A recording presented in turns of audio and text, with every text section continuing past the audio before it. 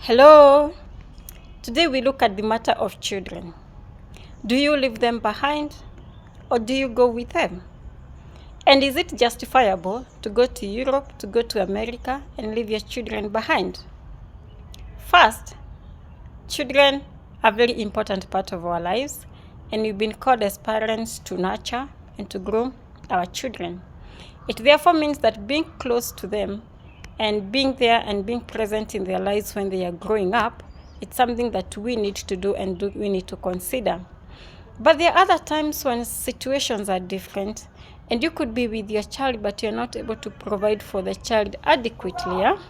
You may have tried to make things work locally or here in Kenya, and those things are working, but maybe they're moving slowly and not at the speed that you would want. That means you're not able to give your child the life that you would wish to give them, yeah?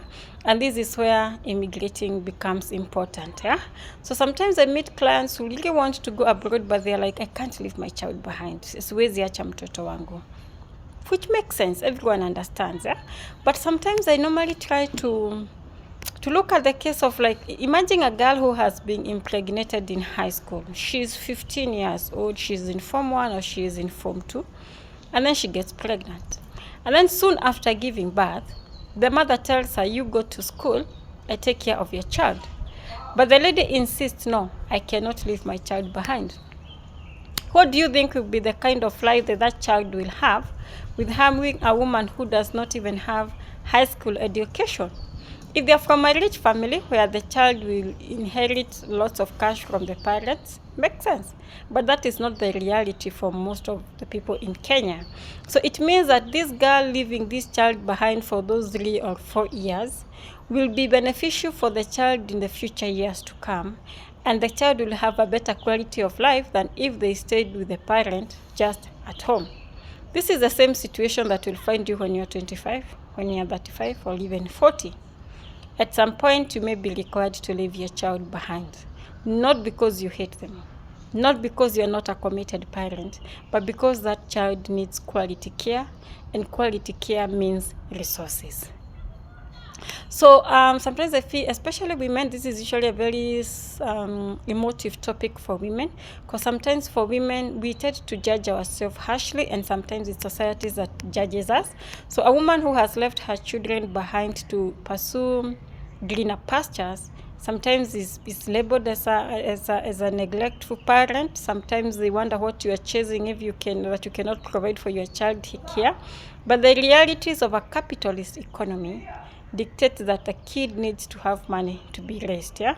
So what you do is that when you're choosing an immigration pathway, choose an immigration pathway that allows your child to join you as soon as you relocate to the other side, or as soon as your citizenship is approved. Do not choose an immigration pathway that may take so long before your child follows you. Okay? So like I've seen people move to some of these countries and they go and seek asylum, yeah? It's still a viable route that you can use to immigrate, but that route may mean that it might take more than 10 years before your child joins you or before you are reunited with your child, and that will cause you more pain. It is better to go for an alternative route that maybe it will take longer before you get your documents, but your child will join you. This, I mean, like if it's for Canada, you can do the Canada PR. If it is for New Zealand, you can look at the straight to work pathway, or you can look at the work to residence pathway. Those are two pathways where even though you may leave your child behind, you're sure to some extent that child will join you later. Now, if you use the study program, there are some countries that allows you to go and do a master's degree and you go with your family, that even if they don't go with you when you're taking your first flight there, they can join you as soon as you land there. Yeah? A country like UK and some other countries in the Schengen countries, they will allow your family to join you when you're on the other side, and this is where the case of children will come in. Yeah? The other thing to note is that when you're discussing about childcare and immigration, there are many people with close relatives who can they leave their children with, and that is a very good thing. Ensure that maybe you have that child has a stable relationship with the caregiver who will be left when you're gone. Yeah? But for those people who do not have reliable people that they can leave their children with, we have care agencies now in Kenya. You see the way in Europe there are care agencies that help take care of the old people. Right now, here in Nairobi, we do have care agencies that take care of children whose mothers are working abroad. So I visited one of them recently. It's a client who needed to go to UK, and she does not have anyone she can leave her children with, and she has got 2 sons. So she just inquired, and I told her about it. Then she was like, let's do an audit of the facility. So I went alone first to see if it's a place I can leave my child. And then she also went by herself, and we came to the conclusion that they have proper systems and policies to protect children whose mothers have gone away before they are reunited with them. It's a decent facility, a very clean place, and not just that one, there are several in Nairobi. Yeah? So if you are this lady who finds yourself in a situation where you need to go, but you don't know who to leave your children with, I would kindly encourage you to consider that facility or other care facilities. But as I always say, there's no glory in suffering. Yes, you don't give a child a good life if you insist on sticking with them, even when you can barely provide for their needs.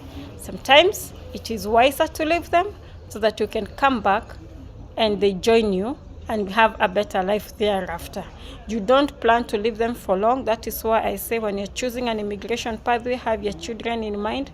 You better have a pathway that will keep you waiting for longer, but when it is done, your family is considered. And do not choose a pathway that will maybe hinder you from seeing your children for 10 years. So that will not be a good pathway for you. Others to note is that we nowadays have mobile phones, we have video calls, we have CCTV cameras. There's so much that you can use that can help you to bond with your child when you're on the other end. So if you're able to provide for your child and meet all their physical, emotional, financial, and spiritual needs here, well and good. But if you need to go for 1 or 2 reasons, and there are many reasons why if someone would want to go, do not let your children hold you back. Get a pathway that will be easy for them to reunite with you, or it will be easy for you to come often and to see them. And just as I have given you the case of a high school girl with a child, sometimes it doesn't make sense to refuse to go, even if by going you're able to give a better life to everybody else. So thanks for watching to the end. Kindly consider subscribing, kindly consider liking the video and sharing with your friend. Until next time, it's a bye for now.